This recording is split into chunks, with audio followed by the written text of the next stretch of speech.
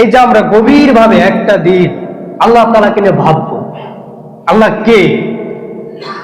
আমরা যদি আসমানের দিকে তাকিয়ে থাকি, এই গোটা আসমান কে সৃষ্টি করলো? এই সূর্যটা কে সৃষ্টি করলো? এই সূর্যটা পৃথিবী থেকে 13 লক্ষ গুণ বড়। এত বড় সূর্য আল্লাহ তাআলা সৃষ্টি করলেন। এরপর আল্লাহ তাআলা 8টি গ্রহ তৈরি করলেন। এগুলো কি এমনি এমনি হয়েছে? এগুলো হয়নি। আপনি আমি যদি একটু লক্ষ্য করি, বিশাল বড় বড় সমুদ্র রয়েছে। এই সমুদ্রগুলো কি এমনি এমনি সৃষ্টি হয়েছে?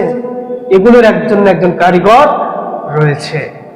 একটি উদাহরণ দিলে আপনারা সহজেই বুঝবেন। আপনারা তো মসজিদে আসেন অনেক দেরি করে, আমি আলোচনা করবো কখন? আলোচনা শুরু করতে যদি 10 বেজে যায়, আপনারা বলেন যে 20 আলোচনা শেষ করতে হবে। ভাই, আমি 10 মিনিটে কি আলোচনা করবো আর আপনারা কি বুঝবেন? আমি যে পয়েন্টগুলো নিয়ে আসি এগুলো আসলে প্রতি জুমায় বলা হয় না। আমি সকলের কাছে অনুরোধ জানাচ্ছি, আপনারা সকলেই দয়া করে খুব সকাল সকালে মসজিদে আসেন।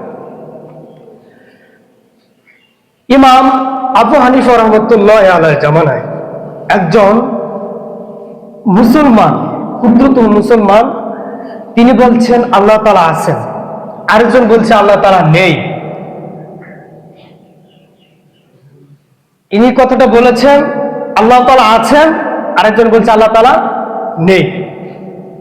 এখন এনাকে বলা হয়েছে আল্লাহ যে আছে এটা তোমাকে প্রমাণ দিতে হবে, আর আরেকজনকে বলা হয়েছে আল্লাহ তাআলা যে নেই সেটা তোমাকে প্রমাণ দিতে হবে। এখন সাধারণ মানুষ সে বলে ফেলছে আল্লাহ তাআলা আছে, এখন প্রমাণ কেমনে দিবে সেটা তো তার জানা নেই।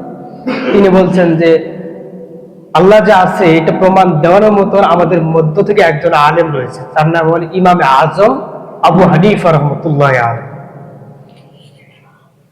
কবে সে বাসটা হবে? একজন প্রমাণ দিবে আল্লাহ আছে, আরেকজন প্রমাণ দিবে আল্লাহ তাআলা নেই। আমার কথা মনে আপনারা বুঝতে পারতেছেন? বুঝতে পারতেছেন? আমি 7টি বিষয়ের উপর কথা বলতে চাইছি। 1 নম্বর বিষয়টা কার উপর ঈমান আনতে হবে? আল্লাহর প্রতি ঈমান আনতে হবে। এখন নাস্তিকরা বলতেছে আল্লাহ নেই, আর সাধারণ একজন মুসলমান তিনি বলছে আল্লাহ তাআলা আছে। এখন এই সাধারণ মানুষে প্রমাণ দিতে পারবেন আল্লাহ তাআলা আছে। উনি বললেন যে আমার পক্ষ থেকে একজন মানুষ আছে, তিনি আল্লাহ তাআলার পরিচয় দিতে পারবেন, এরকম একজন লোক আছে। তবে কবে বসা যায়?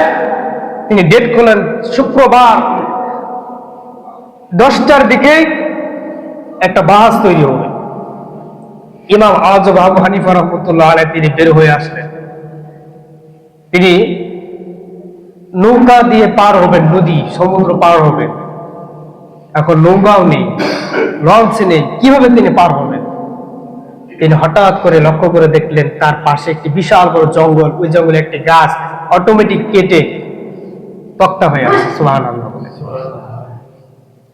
এরপরে তিনি চিন্তা করলেন এই গাছটি কে কাটলো, আবার তক্তা কিভাবে হলো? তিনি লোককে খুঁজতে লাগলেন। তিনি খুঁজতে খুঁজতে এসে দেখেন সেই তক্তাগুলো আবার নৌকা হয়ে গেল। সুবহানাল্লাহ বললেন।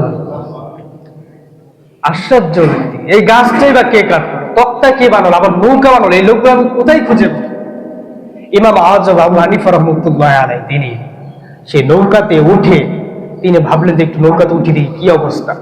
এভাবে আজম আবু হানিফা রাহমাতুল্লাহি আলাইহি তিনি নৌকায় যখন উঠলেন, অটোমেটিক সেই নৌকা পানির ভিতরে দিয়ে চলতে শুরু করলো। সুবহানাল্লাহ। এরপর নৌকা চলতে চলতে চলতে চলতে এই নৌকা একদম 10টা পার হয়ে 11, 12 জুমার নামাজ শেষ হয়ে গেল। এরপর ইমাম আজম আবু হানিফা রাহমাতুল্লাহি আলাইহি উপস্থিত হলেন। নাস্তিকরা তো বড় খুশি, আল্লাহ তাআলা নেই, তারা একটা প্রমাণ দিয়ে দিয়েছে। এখন সাধারণ মানুষ যারা, এরা ভাবছে আল্লাহ তাআলা আছে, এটা প্রমাণ দেওয়ার মতো ইমাম আজম আবু হানিফা রাহমাতুল্লাহি আলাইহি তিনি আসবেন। কিন্তু তার আশ্চর্য লেগে গেল, ইমাম আবু হানিফা রাহমাতুল্লাহি আলাইহি মিথ্যা কথা বলেন না, তাহলে তিনি এখনো আসতেছেন না কেন? সবাই যখন চলে যাচ্ছে, ইমাম আজম আবু হানিফা রাহমাতুল্লাহি আলাইহি তিনি বললেন, হে গ্রামবাসীরা তোমরা শোনো, আল্লাহ তাআলা আছে, এটা আজকে আমি প্রমাণ দিয়ে যাব। ইমাম আজম আবু হানিফা রাহমাতুল্লাহি আলাইহি তিনি বললেন, আল্লাহ তাআলা যে আছেন এটা তোমরা বিশ্বাস করো না? এই যে আকাশ তুমি দেখতে পাচ্ছ, আকাশ তো পৃথিবীর কোনো মানুষ বানায়, তিনি বানিয়েছেন। তিনি কে? আল্লাহ তাআলা বানিয়েছেন। তারকা কে বানিয়েছে? আল্লাহ তাআলা। তিনি বলছেন এই তারকার সংখ্যাগুলো কত জানেন? এই তারকাগুলো কোথায় থাকে? প্রথম আসমান, দ্বিতীয়, তৃতীয়, চতুর্থ, পঞ্চম, ষষ্ঠ, সপ্তম আসমান উপরে এই তারকাগুলো থাকে। এই তারকাগুলো ছিদ্র ভেদ করে পৃথিবীর জমিনিতে আলো দেয়। তারকার সংখ্যা কতগুলো, এটা গবেষণা করে বের করেছেন পৃথিবীতে যতগুলো বালুকণা আছে এত পরিমাণের চাইতে বেশি তারকা আল্লাহ সৃষ্টি করেছে। আর একটু জোরে বলেন সুবহানাল্লাহ।